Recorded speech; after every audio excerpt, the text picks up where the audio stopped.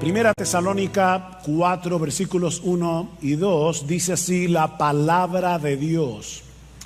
Por lo demás, hermanos, os rogamos pues y os exhortamos en el Señor Jesús, que como habéis recibido de nosotros instrucciones acerca de la manera en que debéis andar y agradar a Dios, como de hecho ya andáis, así abundéis en ello más y más.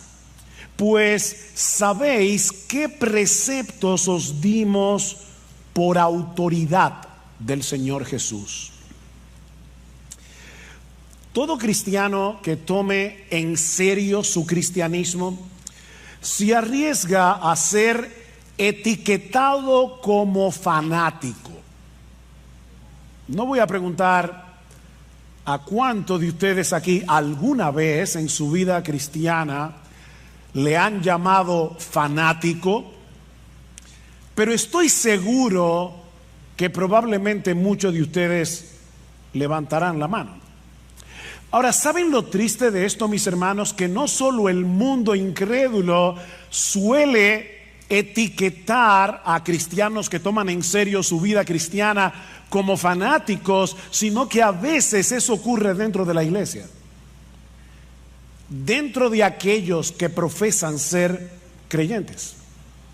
Sin embargo, existe una enorme diferencia entre un cristiano piadoso, entre un cristiano maduro y un fanático. Se trata de dos categorías tan distintas entre sí que yo me atrevo a afirmar sin lugar a dudas que es imposible que un fanático llegue a madurar espiritualmente a menos que abandone su fanatismo. Déjenme repetirles eso otra vez.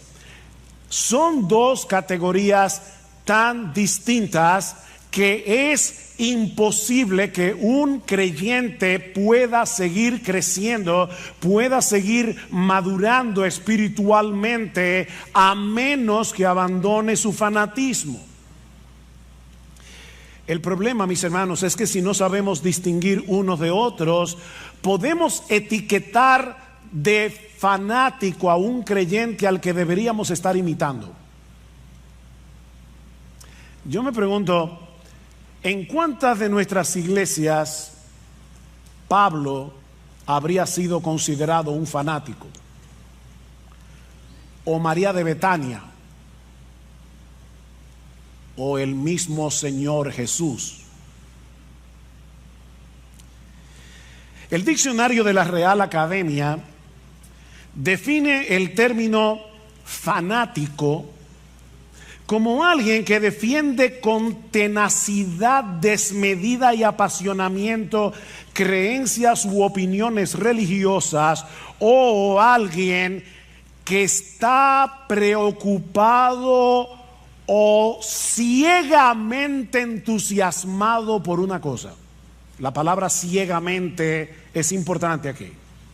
Si juntamos todo esto, el fanático es un individuo que posee un entusiasmo ciego, es decir, sin ninguna base racional por creencias u opiniones religiosas que él defiende con una tenacidad desmedida.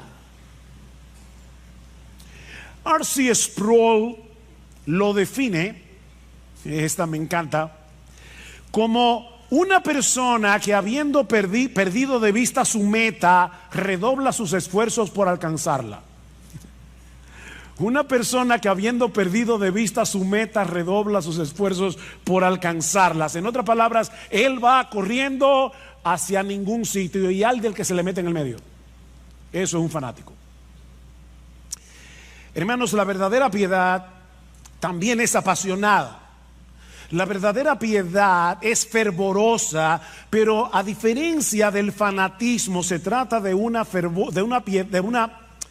pasión y de un fervor bien informado, bien dirigidos. Usando como referencia la definición de Sproul, el creyente piadoso también se esfuerza para alcanzar una meta, pero no es un entusiasmo ciego, sino que surge de una fe que descansa en lo que Dios ha revelado de sí mismo y de nosotros como cristianos en su palabra. Este creyente, y yo espero poder estar hablando de ti esta mañana. Este creyente quiere vivir su vida de tal manera que esa meta trazada por Dios mismo, esa meta suprema, gobierne todo lo que hace, cada decisión que toma, la forma como se relaciona con los demás, absolutamente todo. Ahora, ¿cuál es esa meta? Trazada por Dios. O déjame ponértelo de otra manera. Si tú eres cristiano, si tú profesas ser cristiano, ¿qué es lo que Dios quiere de ti? Bueno, lee otra vez conmigo el versículo 1. Por lo demás, hermanos, os rogamos pues y os exhortamos en el Señor Jesús, que como habéis recibido de nosotros instrucciones acerca de la manera en que debéis, no es una opción, no es una sugerencia, en que debéis andar y agradar a Dios, como de hecho ya andáis, así abundéis en ello más y más. La meta suprema del creyente, es decir, la tuya, si tú eres cristiano, es vivir para agradar a Dios. La meta suprema del cristiano es vivir para agradar a Dios. Eso era lo que Pablo les había enseñado a estos nuevos creyentes en Tesalónica. Vieron en el versículo 1, como dicen en la mitad, que como habéis recibido de nosotros instrucciones, o sea, ya ellos habían sido instruidos cuando Pablo, Silas y Timoteo visitaron la ciudad de Tesalónica por primera vez. Ahora, recuerden, hermanos, que Pablo y su equipo misionero solo estuvieron unas pocas semanas en Tesalónica antes de tener que salir de la ciudad por la persecución que se desató contra ellos. Y en ese breve tiempo, una de las cosas que ellos enseñaron a estos recién convertidos es que ellos debían vivir para agradar a Dios. De hecho, Pablo les recuerda en el capítulo 2, si van conmigo por favor al capítulo 2, en el versículo 10, Pablo dice: vosotros sois testigos y también Dios de cuán santa, justa e irreprensiblemente nos comportamos con vosotros los creyentes, así como sabéis de qué manera os exhortábamos, alentábamos e implorábamos a cada uno de vosotros como un padre lo haría con sus propios hijos, para que anduvierais como es digno del Dios que os ha llamado a su reino y a su gloria. Eso fue lo que Pablo, Silas y Timoteo le enseñaron a estos tesalonicenses recién convertidos en las pocas semanas que tuvieron allí. Compórtense como es digno del Dios que os llamó a su reino y a su gloria. Así que mi hermano, mi hermana, no importa si tú te convertiste hace 30 años, no importa si tú te convertiste hace 2 semanas, la meta suprema de tu vida debe ser agradar a Dios en todo lo que haces. La meta de tu vida es vivir como es digno de ese Dios que en una manera eficaz te llamó personalmente con nombre y apellido para que tú compartas su reino y su gloria. Te repito, yo no sé si te convertiste hace 30, 40, ahora en la actividad que teníamos con los nuevos hermanos de la iglesia que fueron recibidos recientemente. Les decía: bueno, mi nombre es Ugel Michelén, tengo 45 años de convertido. No importa. Y yo me convertí hace 6 meses. No importa. La meta tuya y la mía es exactamente la misma. Yo con 45 años, tú con 6 meses. Vivir para agradar a Dios. Vivir como es digno de ese Dios que nos llamó a ser parte de su reino y de su gloria. En otras palabras, como bien señala un comentarista, debemos vivir en este mundo caído, déjame ponértelo más fácil, según las directrices, los valores, las prioridades y la gloria de tu destino final. Eso fue lo que Pablo, Timoteo y Silas enseñaron a estos creyentes de Tesalónica tan pronto vinieron a Cristo en arrepentimiento y fe, y ahora que Pablo les escribe esta carta, les dice exactamente lo mismo. Versículo 1 otra vez: por lo demás, hermanos, os rogamos de nuevo y os exhortamos en el Señor Jesús de nuevo, que como habéis recibido instrucción cuando nosotros estábamos con ustedes personalmente en la ciudad, ahora les repito, vivan agradando a Dios. Otra vez, Pablo les ruega. Esa palabra significa pedir encarecidamente. Yo les pido encarecidamente, luego los exhorta. Esta palabra tiene muchas acepciones en el idioma original, pero podemos traducirla aquí: os ordenamos, como un capitán lo hace con su tropa. Piénsenlo así: que vivan para agradar a Dios. Pablo era un buen pastor, y como un buen pastor, él se dirige a ellos con ternura: os rogamos, y con firmeza os ordenamos. ¿Ven? Ternura y firmeza al mismo tiempo. Y les recuerda que su ruego y su exhortación llevaban el sello de la autoridad del mismo Cristo. Os rogamos y exhortamos en el Señor Jesús. En otras palabras, como aquellos que hablan y escriben en el nombre del Señor Jesús. ¿Recuerdan la gran comisión? Jesús posee toda autoridad en el cielo y en la tierra, y Él es el que nos ruega y nos exhorta por medio de sus apóstoles y ahora por medio de su palabra, que tengamos como meta suprema en nuestras vidas vivir para agradar a Dios. Cuando queremos agradar a una persona, procuramos causarle satisfacción, complacerla, satisfacer sus expectativas, ¿no es así? Bueno, mis hermanos, nuestra meta en la vida, miren qué simple, es causarle satisfacción, es complacer, es satisfacer las expectativas de Dios. Esa es nuestra meta, según lo que Él nos ha revelado en su palabra, no según lo que a mí me parece. Nuestra meta, mis hermanos, no es agradarnos a nosotros mismos. Nuestra meta obviamente no es agradar al mundo. De hecho, Pablo nos dice en Gálatas capítulo 1 versículo 10 que no se puede vivir agradando a Dios y agradando al mundo al mismo tiempo. Eso no se puede. Dice: pues busco ahora el favor de Dios o el de los hombres, pregunta Pablo, o trato de agradar a los hombres. Pues si todavía agradara a los hombres, no sería siervo de Cristo.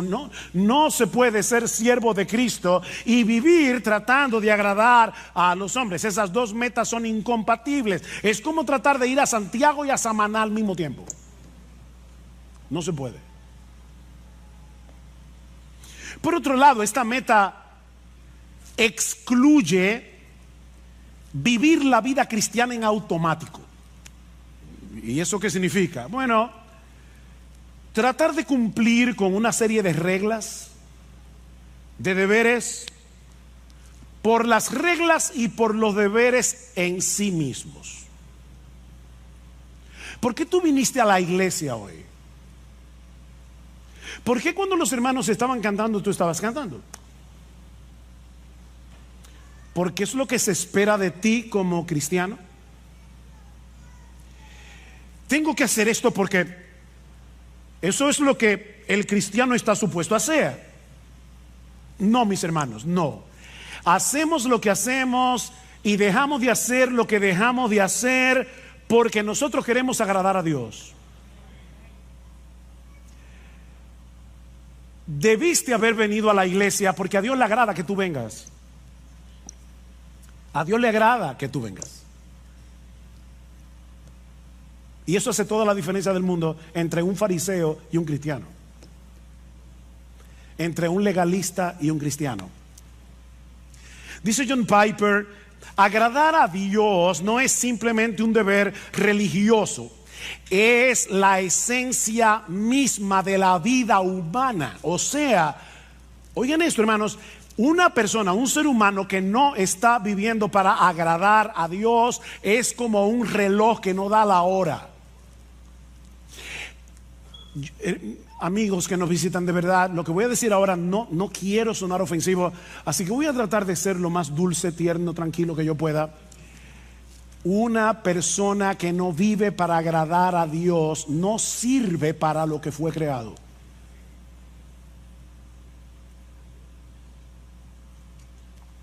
Porque agradar a Dios es la esencia de la vida humana. Y el ejemplo más evidente de esa realidad, obviamente, el modelo por excelencia es Jesús. Él es el modelo por excelencia de lo que significa ser humano. No olviden que sí, Jesús era verdadero Dios, pero cuando se encarnó era verdadero hombre. Verdadero Dios, verdadero hombre. Dice el Señor en Juan 8:29, el Padre no me ha dejado solo porque yo hago siempre lo que le agrada. Yo hago siempre lo que le agrada, a tal punto que en el huerto de Getsemaní le dijo, Padre mío, si es posible pasa de mí esta copa, pero que no sea mi voluntad sino la tuya. O sea, Cristo estuvo dispuesto a agradar a Dios aunque eso implicara su muerte en la cruz, hasta ese punto. Yo hago siempre lo que le agrada. Jesús no vivió su vida terrenal en automático. Él siempre hizo lo que hizo con una meta delante de sus ojos. Yo quiero agradar a mi Padre que me envió. Bueno, pero eso es Jesús, que era un hombre perfecto, sin pecado, pero la realidad es que nadie puede agradar a Dios aunque lo intente, pastor. ¿Acaso no dice en Isaías capítulo 64, versículo 6, que todas nuestras justicias son como un trapo de inmundicia delante de Él? O sea, el mismo Dios dice en su palabra que todas nuestras justicias son como un trapo de inmundicia. ¿Cómo yo puedo agradar a Dios? Ese es un buen ejemplo de un texto citado fuera de contexto. Y recuerden que un texto fuera de contexto es un pretexto. Si tú lees con cuidado los capítulos que rodean Isaías 64:6, te vas a dar cuenta que Dios está hablando aquí de aquellos que presentaban sus sacrificios sin estar acompañados de una fe sincera y sin tomar en cuenta lo que Dios había prescrito en su palabra acerca de estos sacrificios. En otras palabras, estos israelitas pensaban que el mero hecho de practicar un ritual, el mero hecho de presentar un sacrificio y presentarlo como les diera la gana, eso era suficiente. Pero ese texto no está diciendo que ningún creyente del Antiguo Testamento no podía agradar a Dios. En ese mismo pasaje, y ahí es que uno ve cómo el leer un texto fuera de contexto se convierte en un problema, porque si tú lees, ¿verdad? Déjenme decirles algo que yo espero que ustedes estén bien despiertos, pero Isaías 64:6 está después de Isaías 64:5. ¿Lo captaron? Ok. Déjame decirte lo que dice el texto anterior, Isaías 64:5. Saliste al encuentro del que con alegría hacía justicia, de los que se acordaban de ti en tus caminos. Algunos israelitas sí estaban haciendo justicia. Y esas justicias no eran un trapo de inmundicia. ¿Y quiénes eran esos israelitas cuyas obras no eran trapo de inmundicia? Bueno, déjame darte ahora algo más profundo. Isaías 64:6 está después de Isaías 64:5, e Isaías 64:5 está después de Isaías 64:4. Hoy estoy profundo. Y en Isaías 64:4 dice que los que agradan a Dios son aquellos que esperan en Él. Son aquellos que no están tratando de ganarse el favor de Dios a través de sus sacrificios. Son hombres y mujeres que esperan en Dios. De manera, mis hermanos, que si tú le estás predicando el evangelio a una persona que está tratando de ganarse la salvación, que está tratando de ganarse el cielo, está tratando de ganarse el favor de Dios a través de sus obras y no por medio de la fe, tú puedes citarle sin problemas Isaías 64:6 y decirle: ay, lamento decirte que todas tus obras de justicia son como un trapo de inmundicia delante de Dios, no te sirven para nada. Pero si estamos hablando con un creyente justificado solo por gracia, solo por Cristo y solo por medio de la fe, que en dependencia del Espíritu Santo está tratando de agradar a Dios, este versículo no aplica. No aplica.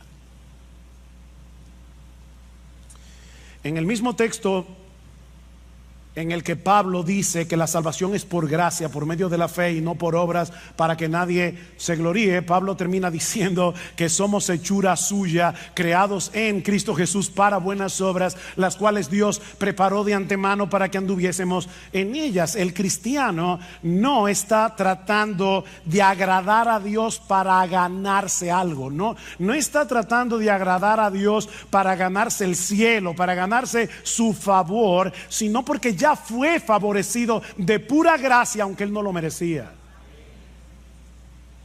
porque él confió en la persona y la obra de Cristo. Este creyente quiere vivir para agradar a Dios, dependiendo de la misma gracia que lo salvó. ¿Ven? Él es salvo por gracia, obediente por gracia, hace buenas obras por gracia. Él está dependiendo de la misma gracia que lo salvó. 1 Corintios 15:10, Pablo dice: por la gracia de Dios yo soy lo que soy. Su gracia no ha sido en vano para conmigo. O sea, su gracia ha estado operando en mí para que yo haga todo lo que hago. Es su gracia. En otras palabras, yo quiero convencerte en esta mañana de que tú puedes agradar a Dios. Podemos agradar a Dios porque ya Dios nos capacitó para agradarlo y puso en nosotros por su Espíritu el deseo de hacerlo. Nos capacitó y nos motiva. Uno de los pasajes del Nuevo Testamento que mejor expresa esa misteriosa interacción entre el obrar de Dios y nuestro obrar, y de paso es uno de mis textos favoritos del Nuevo Testamento, es Hebreos capítulo 13 versículo 20 y 21, en una doxología donde Pablo expresa lo siguiente: y el Dios de paz, que resucitó de los muertos a nuestro Señor Jesucristo, el gran pastor de las ovejas, por la sangre del pacto eterno, os haga, ese buen pastor, os haga aptos en toda buena obra, para que hagáis su voluntad. Ahora el misterio: haciendo Él en vosotros lo que es agradable delante de Él por Jesucristo. Haciendo Él en vosotros lo que es agradable delante de Él por Jesucristo, al cual sea la gloria por los siglos de los siglos. Amén. Nuestro gran pastor no solo derramó su sangre por nosotros en la cruz para el perdón de nuestros pecados, sino que ahora Él continúa fortaleciéndonos, Él continúa capacitándonos internamente. Él continúa manteniendo viva nuestra fe para que podamos hacer lo que es agradable para Dios. Insisto en lo de la fe porque la Biblia dice en Hebreos capítulo 11 versículo 6 que sin fe es imposible agradar a Dios. Él está obrando en nuestro obrar y a Dios le agrada ver la obra de su Hijo en nuestro obrar. O como dice Pablo en Filipenses 2:13, Él es el que está produciendo en nosotros el querer como el hacer por su buena voluntad. Esas obras que hacemos en unión con Cristo, en dependencia de Cristo, por el poder de Cristo, no son trapos de inmundicia. No son trapos de inmundicia. De manera que si tú eres un creyente, un verdadero creyente, no solamente puedes, es que tú debes vivir agradando a Dios. No vivas tu vida cristiana en automático, por inercia, haciendo ciertas cosas, dejando de hacer otras, porque eso es lo que se espera de una persona que dice ser cristiana. O sea, no sea como el esposo que el día del aniversario le lleva un ramo de rosas a su esposa porque vio en un anuncio que esa era una de las cosas que un esposo puede hacer para que la esposa no tenga malas el día del aniversario. Ay, gracias mi amor por ese ramo de rosas. No, no te preocupes, es mi deber. Mira, créeme, a tu esposa no le va a hacer ninguna gracia. Porque lo que hace feliz a tu esposa no es el ramo de rosas, es tu deseo de agradarla. Como ella entiende, ¿verdad? El agrado.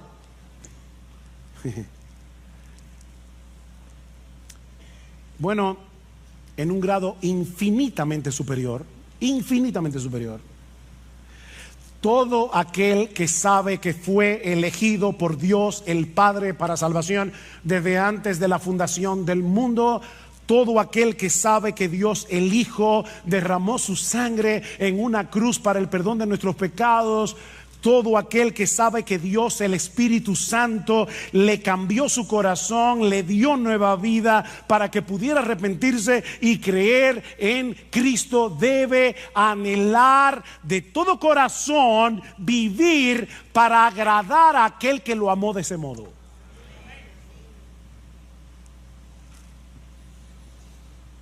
¿Y cómo luce esa vida que agrada a Dios?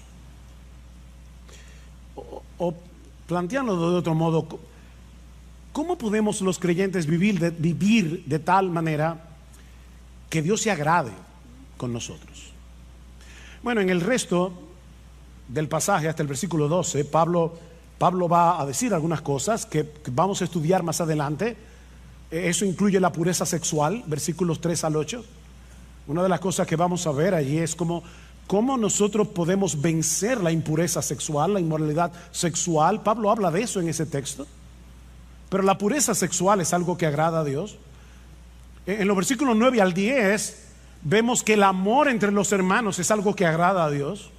Y ahora sorpréndete, en los versículos 11 y 12 vemos que a Dios le agrada ver a una persona siendo responsable en su trabajo. ¿Tú sabías eso? Que cuando tú eres responsable en tu trabajo, a Dios le agrada eso. Eso lo vamos a ver en el texto. Yo no me estoy inventando nada. Así que en este pasaje vemos que la pureza sexual, el amor entre los hermanos, el amor creciente entre los hermanos y la responsabilidad laboral son cosas que agradan a Dios.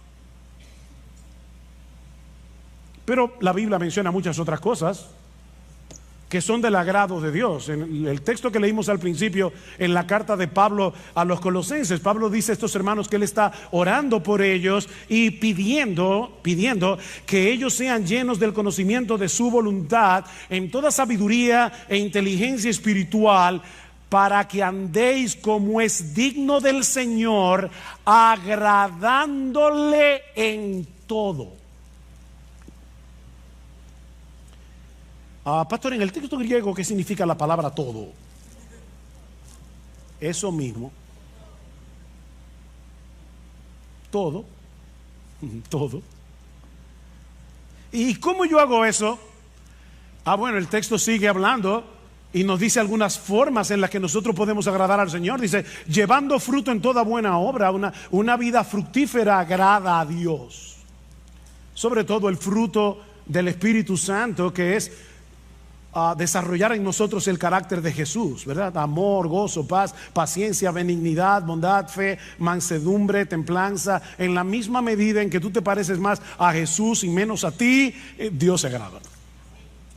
Creciendo en el conocimiento de Dios, dice Pablo. Lo que agrada a Dios no es que llenemos la cabeza de teología, de informaciones, es que crezcamos en nuestro conocimiento de Él para disfrutar de una mayor intimidad con Él. A mí me encanta leer biografías, es una de mis secciones de lecturas favoritas. Me encanta leer biografías. Recientemente estuve leyendo, he leído 2 biografías en este año.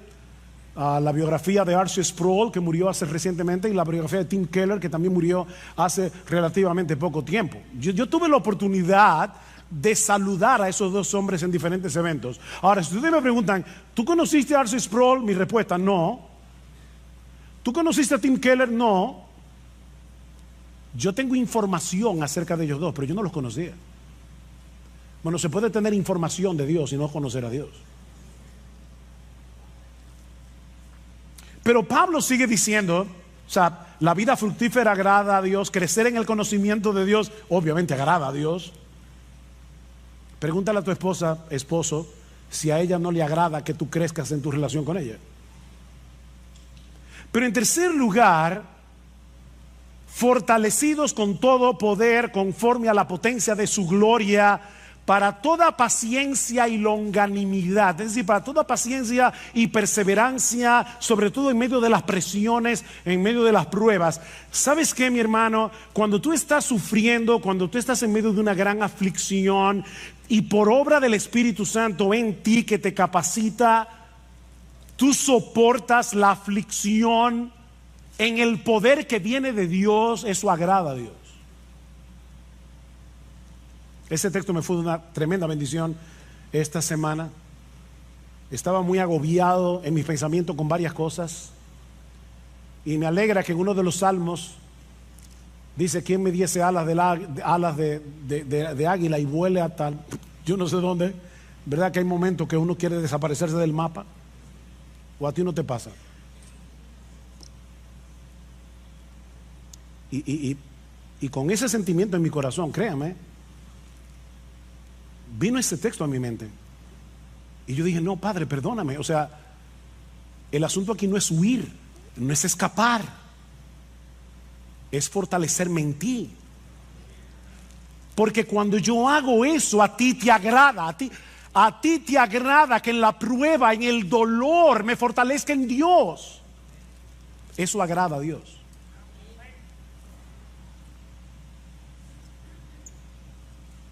Y sigue diciendo: con gozo, dando gracias al Padre que nos hizo aptos para participar de la herencia de los santos en luz. En otras palabras, una vida gozosa y agradecida agrada a Dios. Una vida con gozo y con gratitud agrada a Dios. Y créanme, hermano, yo podría seguir citando texto tras textos. Pablo dice en Romanos capítulo 12 versículo 1 que presentar nuestros cuerpos en sacrificio vivo sobre la base de lo que Cristo hizo por nosotros en el Evangelio. Os rogamos por las misericordias de Dios. Cuando presentamos nuestro sacrificio, nuestro cuerpo en sacrificio vivo, eso agrada a Dios. Romanos 14 y 18 dice que cuando nosotros restringimos nuestra libertad cristiana por amor al hermano débil, eso agrada a Dios. Dicen Romanos 14, 18, dice, porque el que en esto sirve a Cristo, o sea, en restringir tu libertad, yo sé que yo puedo hacer esto, pero aquí está mi hermano débil, puedo llevarlo a él a pecar, me voy a restringir de mi libertad. Dice Pablo, el que en esto sirve a Cristo agrada a Dios. Y más adelante en Romanos 15 dice: cada uno de nosotros agrade a su prójimo en lo que es bueno para edificación, porque ni aun Cristo se agradó a sí mismo. El Hijo de Dios, el que sí podía vivir para agradarse a sí mismo porque es Dios, decidió no agradarse a sí mismo. Y porque Cristo decidió no agradarse a sí mismo, es porque tú eres salvo. Porque si hubiese querido agradarse a sí mismo, no habría ido a la cruz. Y ahora Pablo está diciendo: mira a Cristo y vive así. Hijos, niños y jóvenes, obedecer a vuestros padres agrada a Dios. Colosenses capítulo 3 versículo 20 dice: hijos, obedeced a vuestros padres en todo, porque esto agrada al Señor. La próxima vez que tus padres te pidan algo que no te agrade hacer, no piensa en este momento: lo que mi papá me está pidiendo no me agrada, pero a Dios le agrada que yo obedezca, a menos que sea un pecado. A Dios le agrada que andemos en comunión con Él. Es interesante que en Génesis capítulo 5 versículo 22 dice que Enoc anduvo con Dios. Ustedes conocen ese texto. Pero en la versión griega del Antiguo Testamento, conocido como la Septuaginta, dice que Enoc agradó a Dios. O sea, donde dice que Enoc anduvo con Dios, la Septuaginta dice agradó a Dios. Y luego el autor de la carta a los Hebreos, basándose en este texto, dice: por la fe Enoc fue traspuesto para no ver muerte, y no fue hallado porque lo traspuso Dios, y antes que fuese traspuesto tuvo testimonio de haber agradado a Dios. ¿Ven que se puede agradar a Dios? Dios no le dijo a Enoc: eso es trapo de inmundicia. No.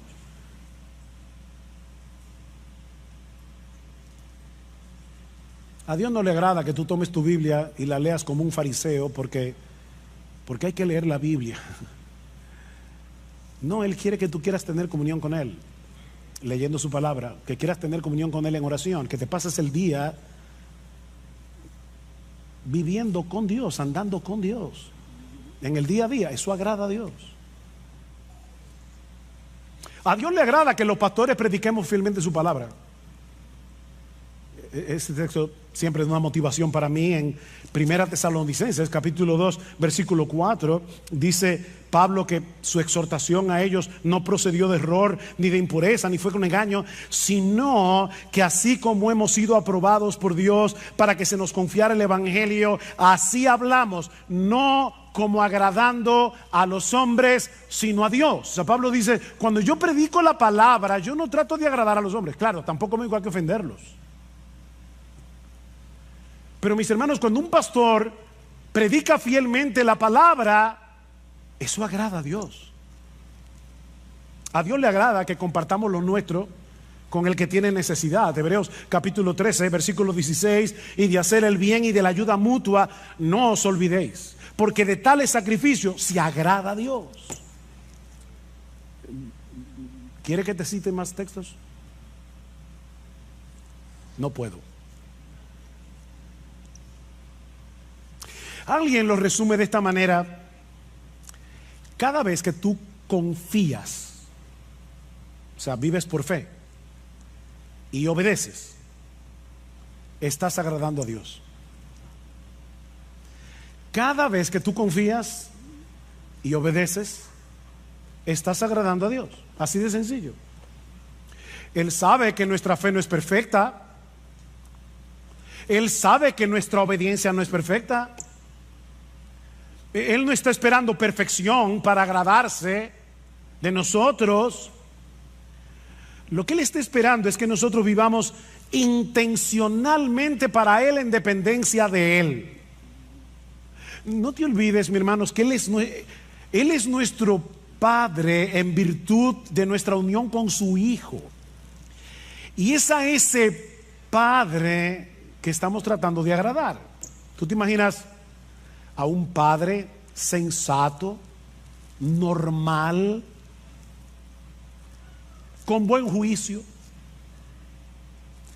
mirando con desagrado la tarjeta de cumpleaños que le hizo su niña de 5 años porque no le gustó el color de la cartulina o porque tuvo una falta de ortografía. Es absurdo, ¿verdad? Bueno, parece que algunos cristianos se imaginan a Dios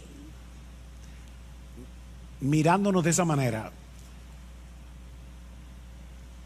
No me gustó el color de la tarjeta. Trapo de inmundicia. A.W. Tozer dice: de la falta de comprensión adecuada de Dios surge un mundo de infelicidad entre los buenos cristianos de hoy, un mundo de infelicidad. Y luego añade: se piensa que la vida cristiana consiste en llevar una cruz sombría y sin alivio bajo la mirada de un padre severo que espera mucho y no excusa nada. Un padre austero, malhumorado, muy temperamental y extremadamente difícil de complacer. ¿Te ha pasado eso por la cabeza? ¿Has visto alguna vez a Dios así? Ese no es el Dios de la Biblia. Ese no es el Dios que se nos revela en la Escritura como el Padre de nuestro Señor Jesucristo y que ha venido a ser ahora nuestro Padre por causa de nuestra unión con Él. Si eres creyente, mi hermano, ahora tú estás vestido con la ropa de gala de la justicia perfecta de Jesús, y por lo tanto tus intentos de agradar a Dios no son un trapo de inmundicia, es la ropa de Jesús. Pedro dice en su primera carta que los cristianos ofrecemos a Dios sacrificios espirituales que son aceptables a Dios por medio de Jesucristo. Yo he oído hermanos que le da vergüenza cantar en voz alta porque no cantan bien, o ellos creen que no lo voy a juzgar ahora, ¿verdad? O sea, ellos creen que nacieron con oreja pero no con oído musical y prefieren cantar bajito. Mira, canta.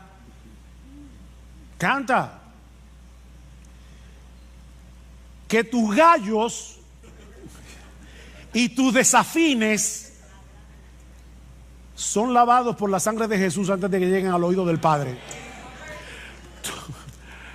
Tus sacrificios espirituales son aceptables delante de Dios por Jesucristo. Ahora, no me malentiendan, yo no estoy diciendo que podemos darle a Dios cualquier cosa y vamos a esperar que Él se contente con eso. No, yo no estoy diciendo eso. Lo que estoy diciendo, mis hermanos, es que tú y yo, si somos cristianos, debemos entregarle toda nuestra vida viviendo intencionalmente para agradarle a Él, pero sabiendo de antemano que la perfección de Jesús cubrirá todas nuestras imperfecciones. Eso es lo que estamos diciendo. Pero vive para agradar a Dios.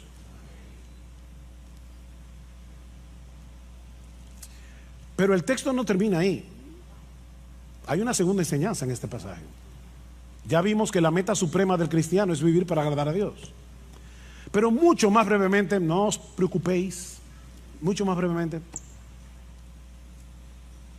este texto también nos enseña que vivir para agradar a Dios es una meta en constante crecimiento. ¿Qué dice el texto?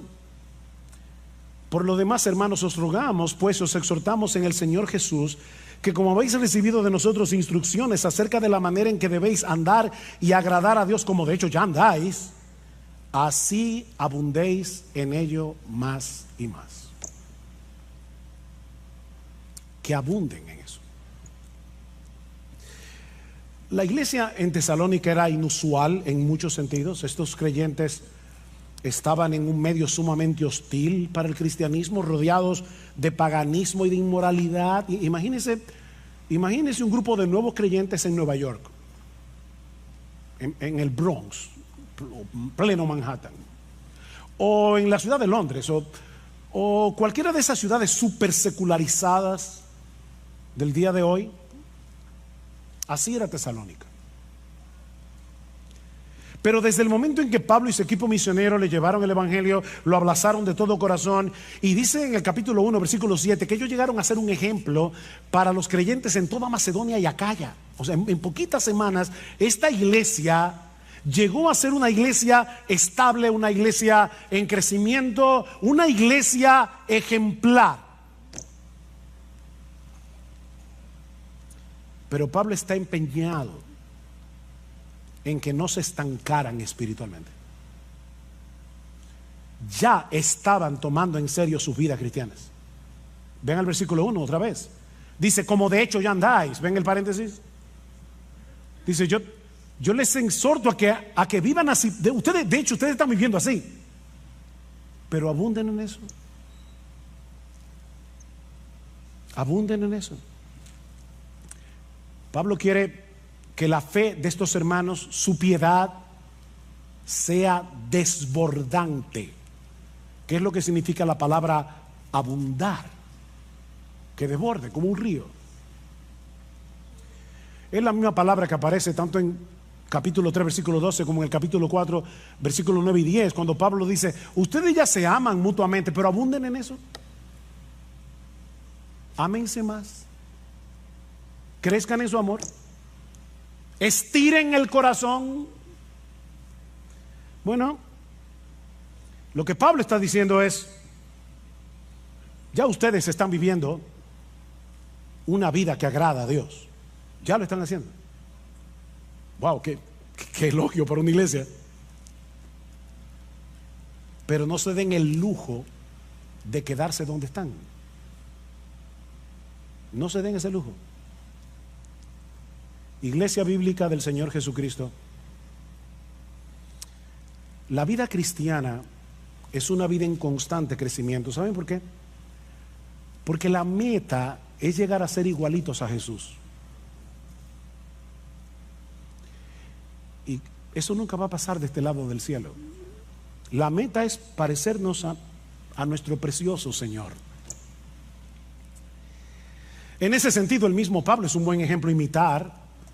Escribiendo a los filipenses, Pablo, hermano, Pablo. Algunos dicen que después de Jesús no ha habido en toda la historia de la iglesia un cristiano como Pablo. No ha habido un predicador como Pablo. No ha habido un hombre más apasionado con el evangelio que Pablo. No ha habido un hombre más capaz de sufrir por Cristo que Pablo. Y Pablo dice, yo sigo avanzando por ver si logro asir, o sea, agarrar aquello para lo cual yo también fui asido por Cristo Jesús. Cristo me agarró para algo y mi meta es cumplir eso para lo que Cristo me agarró. Yo no sé para qué Cristo te agarró a ti, mi hermano, pero escucha a Pablo. Dice, hermanos, yo mismo no pretendo haberlo ya alcanzado, pero una cosa hago. Un hombre de una sola cosa, una sola meta.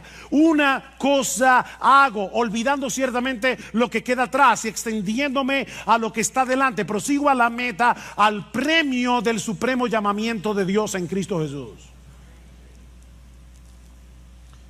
¿Han visto esos corredores cuando están llegando a la meta, sacan el pecho para ser los primeros que rompan la cosa esa, no sé cómo se llama, la cinta?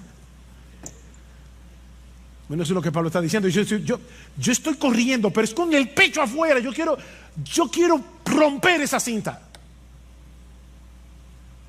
Bueno, si Pablo no pretendía haberlo alcanzado, saca tu conclusión. Mis hermanos, eso no es fanatismo. Eso no es fanatismo. Yo le decía al principio, me pregunto si Pablo hubiera sido considerado como un fanático por cristianos de una iglesia. Es que tú sabes que Pablo es como que, yo no sé, como que se coge la cosa muy en serio. De verdad, yo creo que Pablo hubiera sido considerado como fanático en nuestras iglesias. Pero mis hermanos, eso no es fanatismo, eso es cristianismo puro y simple. Ni siquiera quiero que piensen en cristianismo radical. No, quítenle lo radical. Eso es cristianismo sin apellido. Eso es ser cristiano. Vivir para agradar a Dios. Eso es ser cristiano. Ese no es el privilegio de unos cuantos cristianos super espirituales. Una casta que hay en la iglesia. Me llama la atención que escribiéndole a los corintios, nada más y menos que a los corintios, era una iglesia tan madura, una iglesia llena de problemas. Y en esa carta Pablo compara la vida cristiana práctica con una carrera. ¿Y saben lo que Pablo le dice a esos cristianos de Corinto, de una iglesia tan mala? Corran esta carrera de tal manera que si uno solo va a ser el que se lleve el premio, que seas tú. Vive así. Estamos aquí todos juntos en esta carrera. IBCJ, miembros de IBCJ, todos estamos aquí corriendo. Y ya nos anunciaron que uno solo se va a llevar el premio. Uno solo. Mira, corre. Ah, no, yo sé que va a ser, seguro que va a ser uno de los pastores. No. Porque el mismo Pablo dice en ese texto, yo sigo corriendo y trato de correr bien, no sea que habiendo sido yo heraldo para muchos, después yo sea descalificado en la carrera. Cualquiera de nosotros puede ser descalificado aquí. Corre tú, mi hermano, mi hermana, corre tú, como si fueras el único que fuera a llevarte el premio. ¿No sabéis que los que corren en el estadio, todos a la verdad corren, pero uno solo se lleva el premio? Le dice Pablo a estos creyentes. Corred de tal manera que lo obtengáis.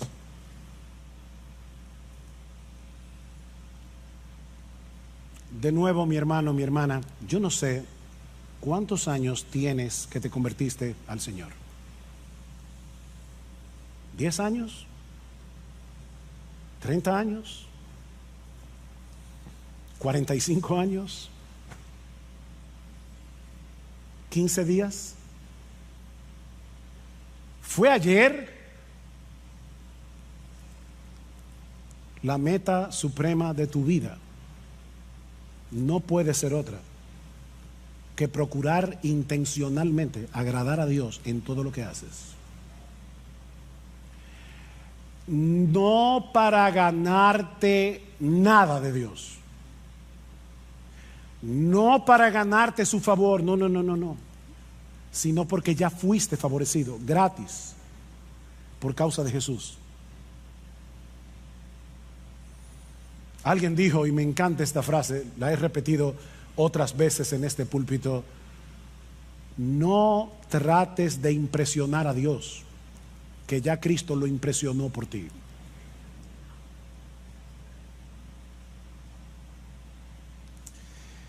Para ponerlo de una manera que los niños que están aquí puedan entenderlo.